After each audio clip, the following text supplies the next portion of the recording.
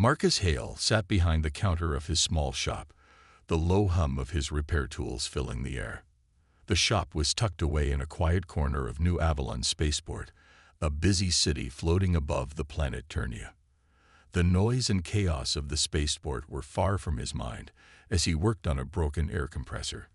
The ship he used to serve on, the Resolute, had been his home once, but those days were behind him. Now he lived a quieter life, far from the fast-paced world of galactic politics and war. The loud voices of travelers, alien merchants, and soldiers never really bothered him anymore, but he had grown used to the isolation. As long as he had his tools, his shop, and the occasional customer, he was content. But today, something was different. The door chimed softly as it opened, and a tall figure stepped inside. Marcus glanced up, expecting another passerby in need of a quick fix. But what he saw made him freeze. Standing in the doorway was an alien woman, her feathers a delicate shade of blue-gray that shimmered in the shop's soft light.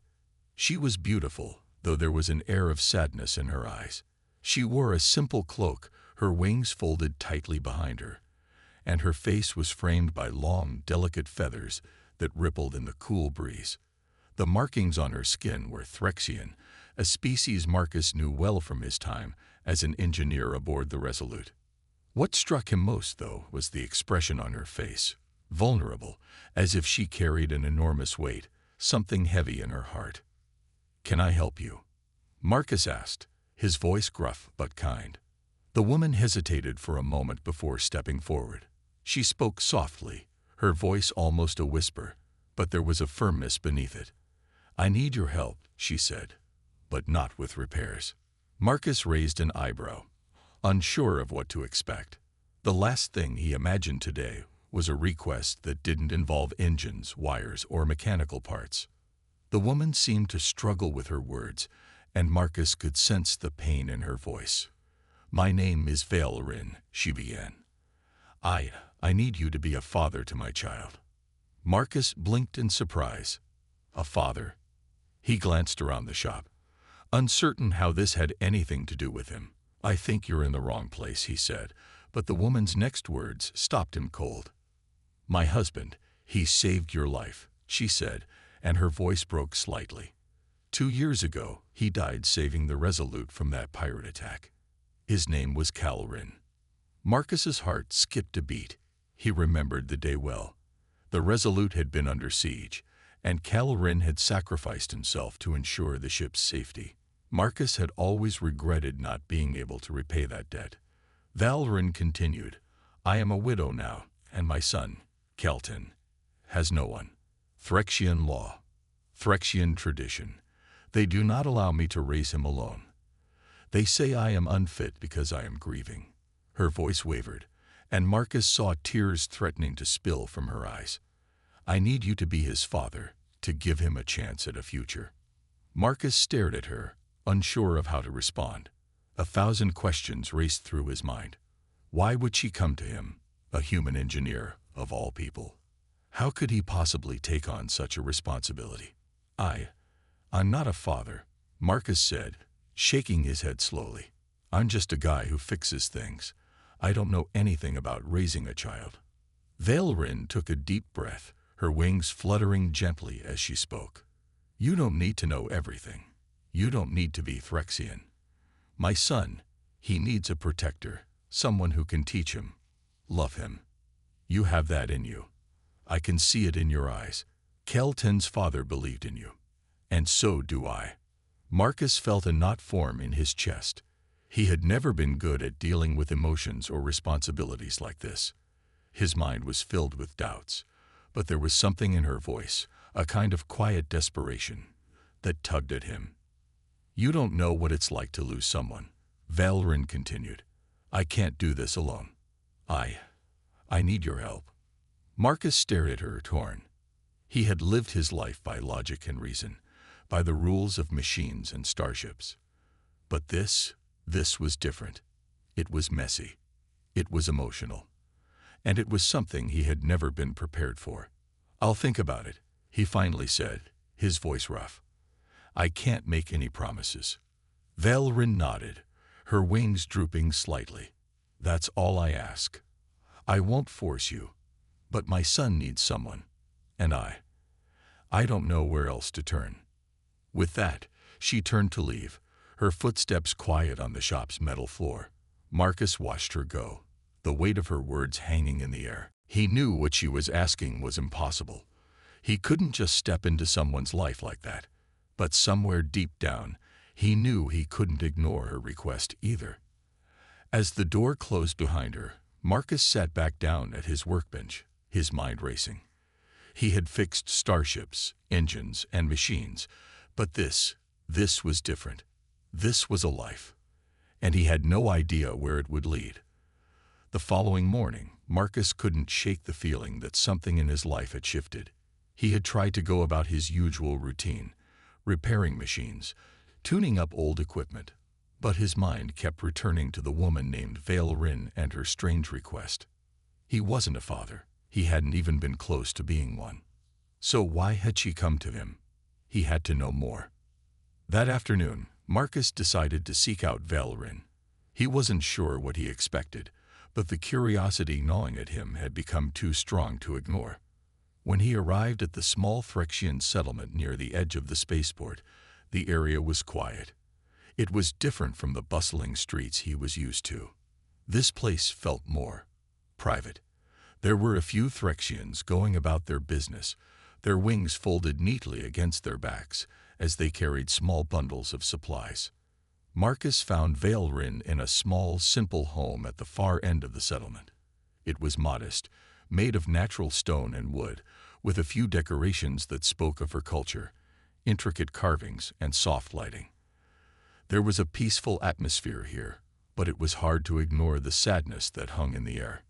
When Valerin saw Marcus standing at the door, she smiled weakly and invited him inside. Her wings fluttered slightly as she motioned toward a seat by the low stone fireplace. "Thank you for coming," she said, her voice quiet but steady. "Please, sit." Marcus nodded and sat down. He didn't speak at first, unsure how to begin. The silence between them felt heavy, and he found himself looking around the room, taking in the little details, small toys, pictures of Threxian family members, and a tiny bed where a young child could sleep. Finally, Valerin spoke again. "I didn't expect you to come so soon," she admitted. "But I'm glad you're here. It's difficult, you know." Marcus raised an eyebrow. Difficult?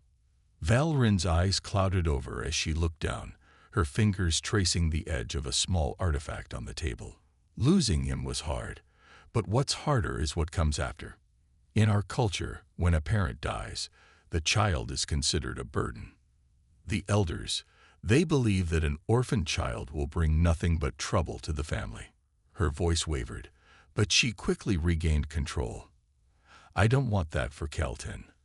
I want him to have a chance, a life beyond the expectations of my people." Marcus listened quietly. He had heard of the harshness of some alien cultures, but hearing it from someone's heart made it feel all the more real. Valerin wasn't just worried about her son. She was fighting a system that didn't understand love the way she did. She took a deep breath before continuing. "Calorin, my husband, he was a great man. He fought beside humans during the war. He believed in your people. And he trusted you." Her eyes met Marcus'. "That's why I came to you. You were one of the few humans he truly respected." Marcus shifted uncomfortably in his seat. The mention of Kellerin brought back memories he hadn't thought about in years. The war, the battles, the sacrifice. He had never truly thanked the Threxian commander for saving his life. He had never thought to repay him. "Look, I'm no hero," Marcus said, rubbing his face. "I'm just a guy who fixes things. I don't have any special skills for being a parent." Valerin nodded, though there was a soft understanding in her eyes. "I'm not asking you to be a perfect parent. I'm asking you to help me raise my son, to give him a future. I know it's not easy, but I believe you can do it. Humans, you are resilient. You survive things that would break others. I saw that in Kellerin, and I see it in you." Marcus wasn't sure how to respond. He wasn't sure if he even believed in what she was saying. But the way she looked at him, almost as if she knew something he didn't, made him feel as though this wasn't just a plea. It was a request for something real. "I'm not sure I can do this," Marcus admitted. "I don't know if I'm ready." Valrin gave a small smile. "You don't have to be ready. None of us are ever fully ready. We just do the best we can." Before Marcus could respond, a soft voice interrupted them. "Mama." Marcus looked over to see a small Threxian child standing in the doorway. The child was barely 4 years old, with bright golden eyes and small, delicate wings. His feathers were a soft mix of blue and gray, and his small hands held onto the edge of the doorframe as he peered curiously at Marcus. This was Kelten. Valrin's face softened at the sight of her son. "Kelten, come in," she called gently. "This is Marcus. He's someone who might help us." The boy hesitated for a moment before stepping forward, his eyes never leaving Marcus's face. He was small, but there was a quiet strength in his gaze, a reminder of the man who had once stood as his protector. Marcus knelt down to the child's level, offering a tentative smile. Kelten studied him for a moment before slowly reaching out a hand. Marcus took it, feeling the weight of what that gesture meant. "I'll think about it," Marcus said softly, his voice barely above a whisper. Kelten nodded, as if he understood, and then returned to his mother's side. Valrin looked at Marcus, hope in her eyes. "Thank you." As Marcus stood up to leave, he glanced back at the small family, mother and child, both caught in a struggle he couldn't fully understand. But for the first time, he felt the weight of their plea. And deep inside, something stirred, something that told him he might just have a chance to make a difference. The following days passed slowly for Marcus. Each time he entered his shop, the thought of Valrin and her son lingered in his mind. Despite his efforts to focus on work, he couldn't shake the feeling that something was pulling him toward them. He found himself thinking about what life would be like if he said yes. What would it mean to step into that role? What would it mean to raise a child, especially one from another species? The question gnawed at him, keeping him awake at night. But there was something else, a feeling of responsibility, of connection, that he couldn't ignore. A few days later, he decided to return to Valrin's home. The idea of walking away from this entire situation was becoming harder to imagine. He had to see the child for himself. Maybe that would help him decide. Maybe seeing the bond between mother and son would give him a clearer understanding of what they needed from him. When Marcus arrived, he found Valrin standing outside, her wings partially open to catch the breeze. Her eyes seemed softer now, less burdened, though there was still an undercurrent of worry in her gaze. She greeted him with a warm smile. "I'm glad you came," she said, stepping aside to let him in. "Kelten will be happy to meet you." Marcus followed her inside, his heart pounding a little faster than usual. He didn't know what to expect, but something inside told him that this meeting would change everything. The room was as peaceful as it had been the last time he visited, simple but warm, with a few items scattered across the floor. There was a small cot tucked into the corner, and near it, a small toy spaceship was half buried under some cushions. The kind of toy every child seemed to have, no matter the species. And then Marcus saw him. Kelten was sitting on the floor, a small tool in his hands, carefully examining a broken toy. The child's wings were folded neatly behind him, his small fingers moving with surprising skill as he tried to figure out how to fix it. His golden eyes were focused, his expression a mix of curiosity and determination. Marcus couldn't help but smile. There was something familiar about the way the child approached the broken object, something he could relate to. It was the same way Marcus had spent years tinkering with machines, taking things apart to understand how they worked. In a way, it reminded him of himself when he was younger. Valrin watched Marcus, her expression softening as she noticed the small smile on his face. "Kelten has always been like this," she said softly. "He's always been curious. His father used to say that he'd grow up to be a great engineer, just like you. Her voice carried a sense of pride, and Marcus could hear the longing in it. She missed her husband deeply, and she was trying so hard to carry on without him. Marcus knelt down next to Kelton, who barely glanced up from his task. "What's this you're working on?" Marcus asked gently. Kelton looked up with a serious expression, his eyes wide with interest. "It's a drone. It stopped working, so I'm fixing it." He held it up for Marcus to see, his small hands carefully pressing the pieces together. "I think the wiring is broken." Marcus couldn't help but chuckle. "You've got a sharp eye. I think I can help with that." Kelton's face lit up. "You can fix it." Marcus nodded. "I can try."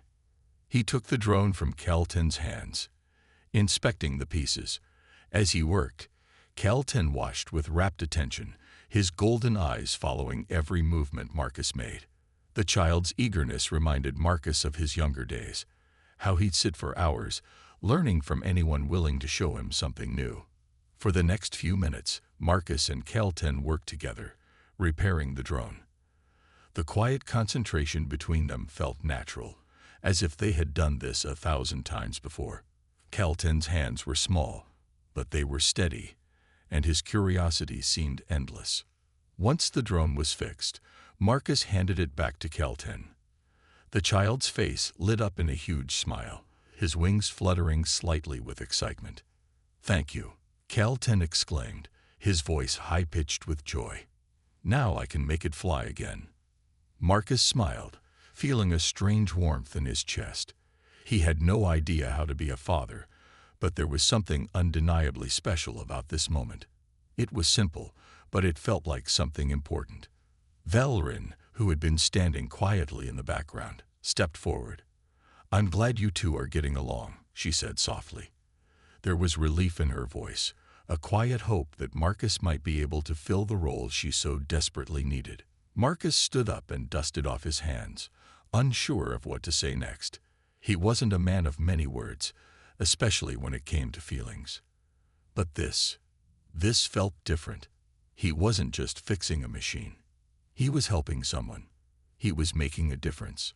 Looking at Kelton, who was now happily playing with the drone, Marcus realized something he hadn't expected. He wasn't just here to fix things. He was here to build something new. Kelton looked up at him, his eyes full of trust. "Will you come back and help me again?" the child asked, his voice hopeful. Marcus paused, his heart heavy with the weight of the question. He looked at Valerin, who gave him a small, encouraging nod. "I'll be back," Marcus said quietly, the decision feeling right in his gut. "I'll be back." And just like that, Marcus knew that his life had changed. There was no going back now. Whatever came next, he would face it with them. He would face it together.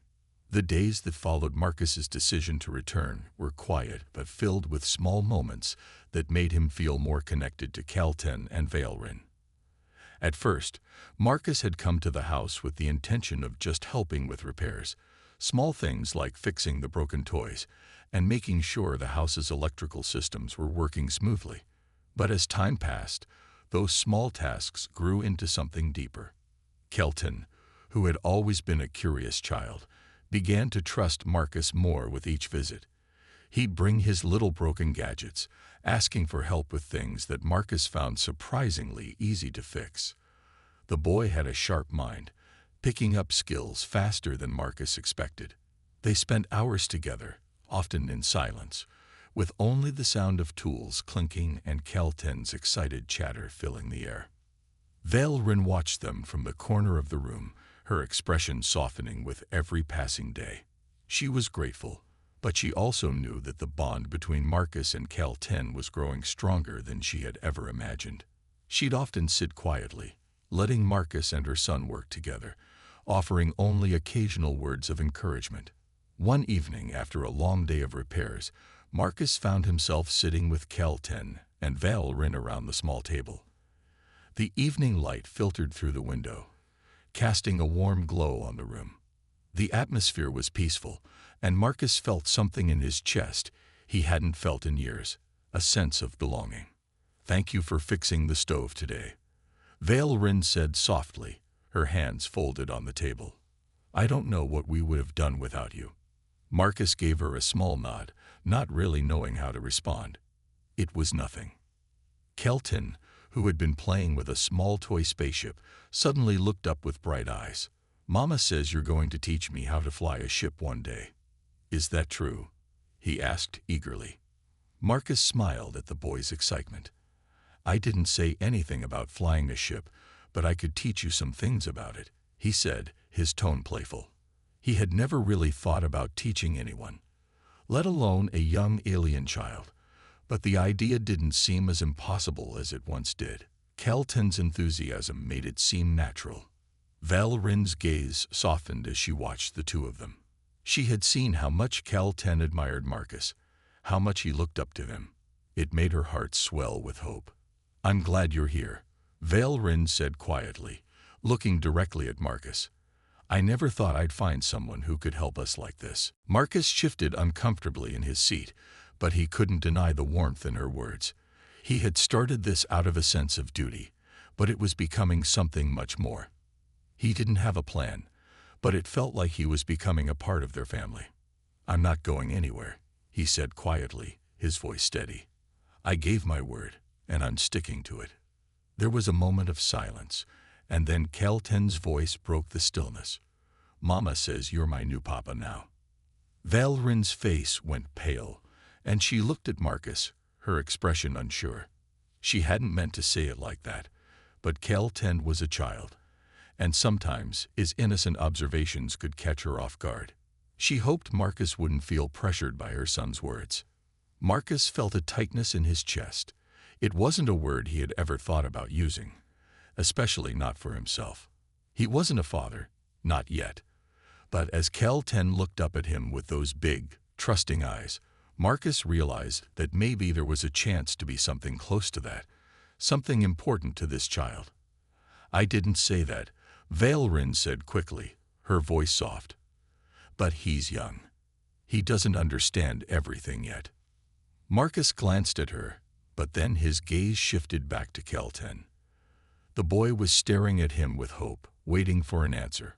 Marcus had never been good with words, but this time, he felt like he had to say something. I'm not your papa, Kelton, Marcus said gently, but I'll help you, okay? I'll be here for you. Kelton nodded seriously, as though the answer was exactly what he had hoped for. Okay, that's good. Valerin smiled at Marcus, grateful for the way he handled the moment. There were no promises, no obligations, but there was something real between them, something that felt like family. Over the next few weeks, Marcus found himself becoming more and more involved in Kelton's life. It wasn't just about fixing things anymore. He helped with the boy's studies, taught him basic concepts about engineering, and even showed him how to use simple tools. It wasn't much, but to Kelton, it was everything. One evening, after spending hours teaching Kelton how to repair a small part of a ship's engine, Marcus sat down beside him. The boy's face was lit with pride as he held up the repaired part. You did a great job, Marcus said, his voice warm with approval. Kelton smiled broadly, his eyes gleaming with joy. I did it. I fixed it. Marcus felt something stir within him. It wasn't just the satisfaction of fixing something mechanical. It was the joy of seeing Kelton succeed, of being part of something bigger than himself.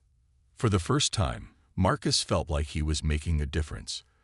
As the days passed, the bond between them only grew. It wasn't always easy, and there were moments of doubt and hesitation. But for the first time in a long while, Marcus felt like he was exactly where he was meant to be.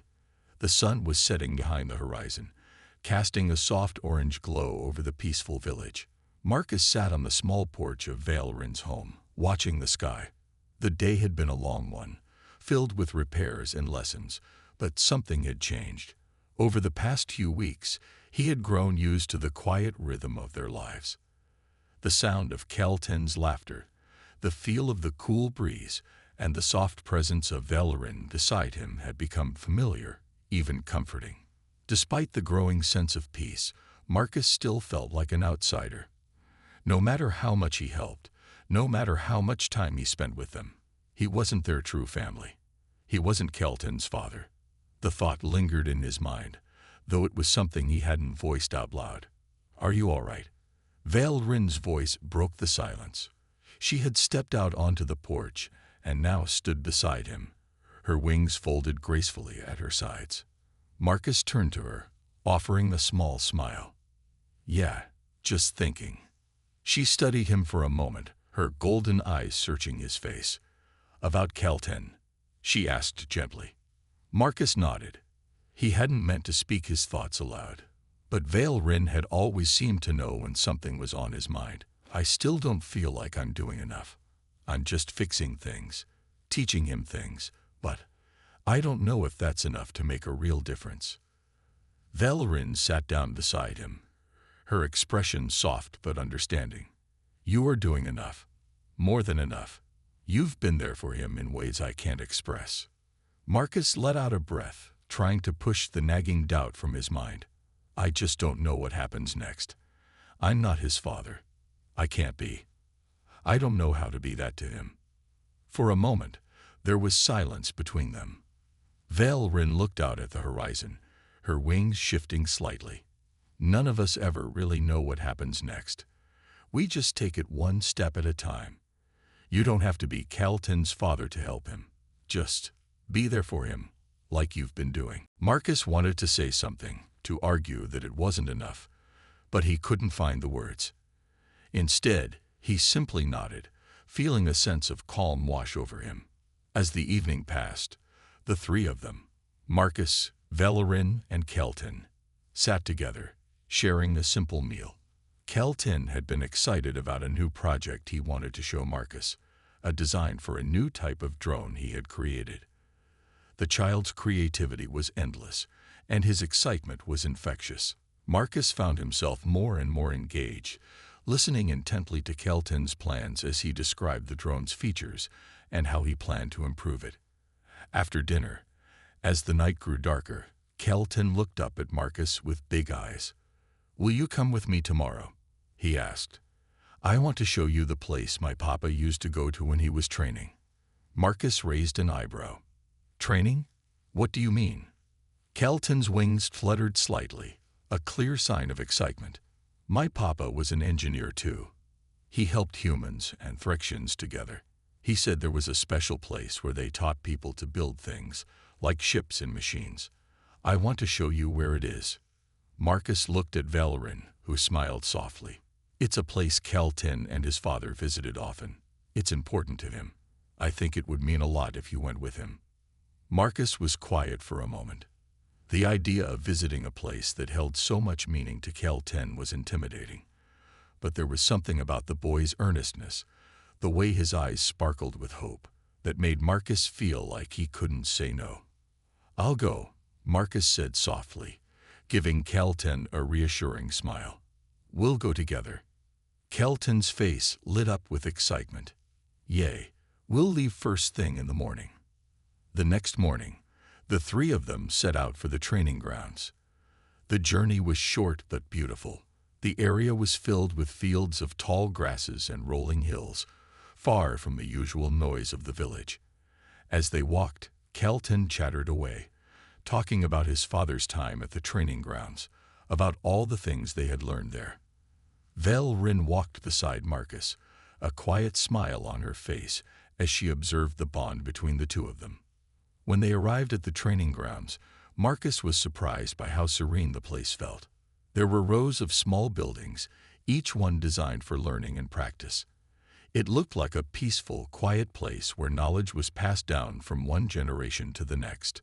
Kelton led them to a small workshop in the corner of the grounds. The walls were covered with blueprints and old tools, and there was a large workbench filled with unfinished projects. It was a place full of memories for Kelton, and Marcus could sense the importance of it. "This is where my papa worked," Kelton said softly, running his fingers over a blueprint on the wall. "He used to teach me how to fix things here." Marcus looked around, feeling a deep sense of respect for the place. He could see the history in the room, the craftsmanship, the knowledge that had been passed down. And as Cal-10 shared stories about his father, Marcus felt a quiet connection to the boy's past. He could never replace Cal-10's father, but in this moment he realized something important. Being here, sharing this space with Cal-10, was a step toward becoming something more than just a helper. It was a chance to build something new together. As they left the workshop, Cal-10 looked up at Marcus with wide, hopeful eyes. "Do you think I can build something like this one day?" Marcus smiled, placing a hand on the boy's shoulder. "I think you can build even better things than this. You've got the talent. You just need the right guidance." Cal-10's face lit up, his wings fluttering with excitement. For the first time, Marcus truly believed that he was making a difference, not just as a helper, but as someone who was helping Cal-10 build his future. Weeks passed, and the bond between Marcus, Cal-10, and Valerin continued to grow. Marcus found himself more and more integrated into their lives. The routine had become familiar, fixing things around the house, teaching Cal-10 how to build and repair small machines, and spending quiet evenings with Valerin. He never expected to feel so at home with them. He never expected to feel like part of their family. One afternoon, as Marcus was working in his workshop, Cal-10 came rushing in, his eyes wide with excitement. "Marcus, Marcus, come quick. I need your help." Cal-10's voice was full of urgency, and Marcus immediately stood up from his workbench. "What's wrong?" Marcus asked, his heart picking up speed. Cal-10's wings fluttered as he spoke. "I've been working on something, and I think I messed it up. I need you to fix it before it gets worse." Marcus followed the boy outside, wondering what kind of trouble he had gotten into this time. When they reached the backyard, Marcus saw what Cal-10 had been working on, a small, makeshift hovercraft. The child had clearly put a lot of time and effort into building it, but something was clearly wrong. The hovercraft was tilted to one side, and smoke was rising from the engine. "I was trying to make it fly," Cal-10 explained, his voice tinged with worry. "But I think I put the wires in the wrong place. Can you fix it?" Marcus knelt down to examine the hovercraft. It wasn't a complicated design, but it was clear Cal-10 had been experimenting. Marcus could tell that the wiring was wrong, and the engine had overheated because of it. "You did well to get this far," Marcus said, his voice reassuring. "But I think we need to cool it down first before we can fix the wiring." He quickly went to work, carefully disconnecting the power supply and allowing the engine to cool. Cal-10 stood by, watching closely, his wings twitching in nervous anticipation. "I didn't mean to mess it up," Cal-10 said quietly, his voice full of regret. "I wanted it to work so badly." Marcus paused for a moment, looking up at the boy. "It's okay, Cal-10. Messing up is part of learning. Everyone makes mistakes. What matters is that you keep trying." Cal-10 nodded slowly, his eyes still uncertain. "But what if I keep messing up? What if I can't fix it?" Marcus smiled, giving him a reassuring pat on the back. "Then we fix it together. That's how you learn." After allowing the hovercraft to cool for a few minutes, Marcus carefully rewired the engine, showing Cal-10 how to do it step by step. It wasn't long before they were ready to test it. "Are you ready?" Marcus asked, a smile tugging at the corners of his mouth. Cal-10 nodded eagerly. "I'm ready." Marcus activated the engine, and the hovercraft hummed to life. At first, it wobbled a little, but soon it stabilized, rising slowly off the ground. Cal-10 let out a loud cheer, his wings fluttering with excitement. "I did it. I fixed it," Cal-10 cried, his face glowing with pride. Marcus watched him, feeling a surge of pride as well. It wasn't just about the hovercraft. It was about Cal-10's growth, his determination, and his willingness to keep trying, even when things went wrong. "That's right," Marcus said, his voice filled with pride. "You did it, and you'll only get better from here." Valerin appeared at the door, watching the scene with a soft smile. She had been busy inside, preparing dinner, But she couldn't help but notice the change in the air. Marcus had helped Cal 10 in more ways than she could count, not just with machines, but with his confidence. "You both did a great job," Valerin said, walking over to them. Cal 10 beamed at her. "Marcus helped me fix it, Mama." Valerin's smile widened as she looked at Marcus. "Thank you for always being there for him."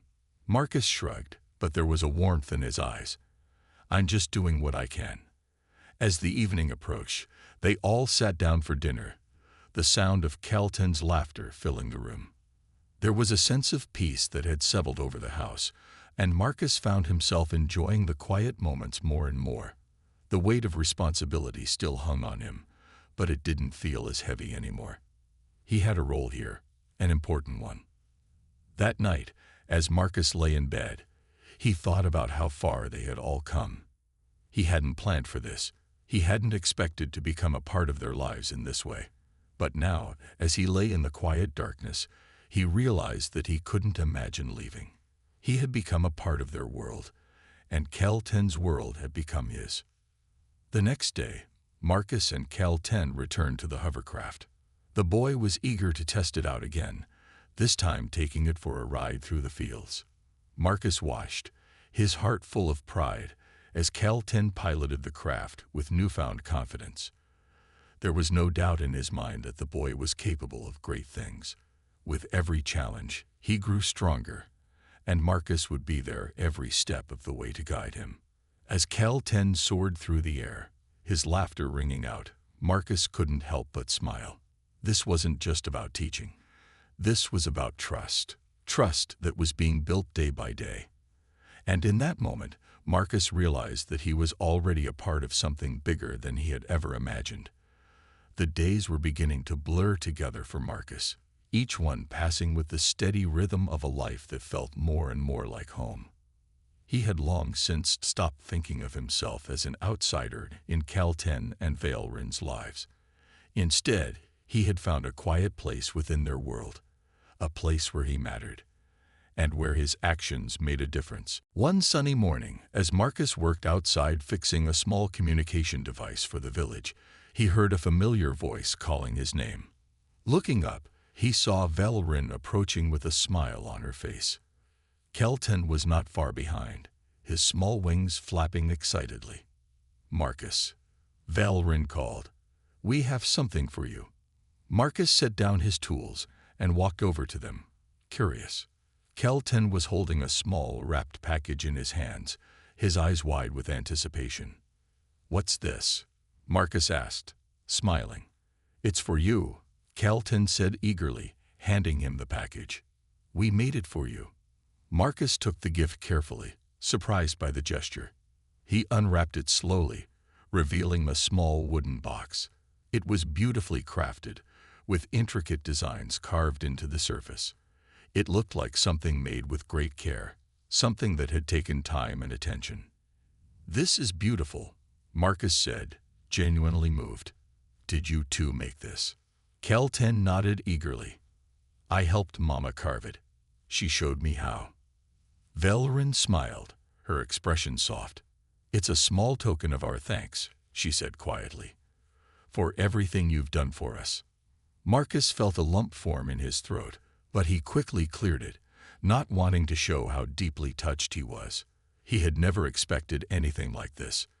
The kindness they showed him was more than he had ever imagined he would receive from anyone, let alone from two people he had only recently met. "Thank you," Marcus said, his voice full of emotion. "I don't know what to say." "You don't have to say anything," Valerin replied softly. "We just wanted you to know how much you mean to us." Cal 10's face lit up with a smile. "You're part of our family now, Marcus." The words struck Marcus more deeply than he expected. It was one thing to help them, to teach Cal 10, and to fix things around the house. But it was another thing entirely to be called family. He had never expected to find a place like this, not after all the time he had spent alone, wandering through life without a clear purpose. I don't know what to say," Marcus said again, his voice filled with wonder. "You don't have to say anything," Valerin repeated, her voice gentle. Just stay with us. That's all we need." Marcus looked at her, then at Kelton, who was watching him with such trust in his eyes that Marcus felt a wave of emotion swell inside him. He had never truly felt like he belonged anywhere until now. And now, surrounded by these two, he realized that he didn't need to search for belonging any longer. "I'm staying," Marcus said firmly. "I'm not going anywhere." That evening, the three of them sat around the table, sharing a meal together. The atmosphere was warm, comfortable, and full of laughter. Kelton was telling stories about his adventures, adding dramatic flourishes to each one, and Valrin was listening with a smile on her face. Marcus found himself joining in, adding his own stories, and teasing Kelton when he exaggerated too much. For the first time in a long time, Marcus felt like he was exactly where he needed to be. He wasn't just fixing things or teaching Kelton how to build. He was part of something bigger, something that felt real and full of purpose. Later that night, as the stars began to shine brightly in the sky, Marcus stepped outside for a moment of quiet. He looked up at the vast expanse of stars, each one a reminder of how small he had once felt. But now he didn't feel so small anymore. He had found his place in the universe, and it wasn't as a wanderer or a stranger. It was as a father figure to Kelton, as a friend and partner to Valrin. He wasn't perfect. There were still many things he didn't understand, but he knew that he was doing something important. He was helping to raise a bright, talented boy who had a future full of possibilities. He was helping Valrin, who had carried the weight of the world on her shoulders since her husband's passing. And in return, they had helped him. They had given him something he hadn't realized he was missing: a sense of belonging. The wind blew softly, rustling the leaves of the trees around him. Marcus closed his eyes, letting the moment wash over him. He knew that there would be more challenges ahead. There always were. But with Kelton and Valrin by his side, he felt ready to face anything. Whatever the future held, he knew he wasn't alone anymore. And that, he realized, was the most important thing of all.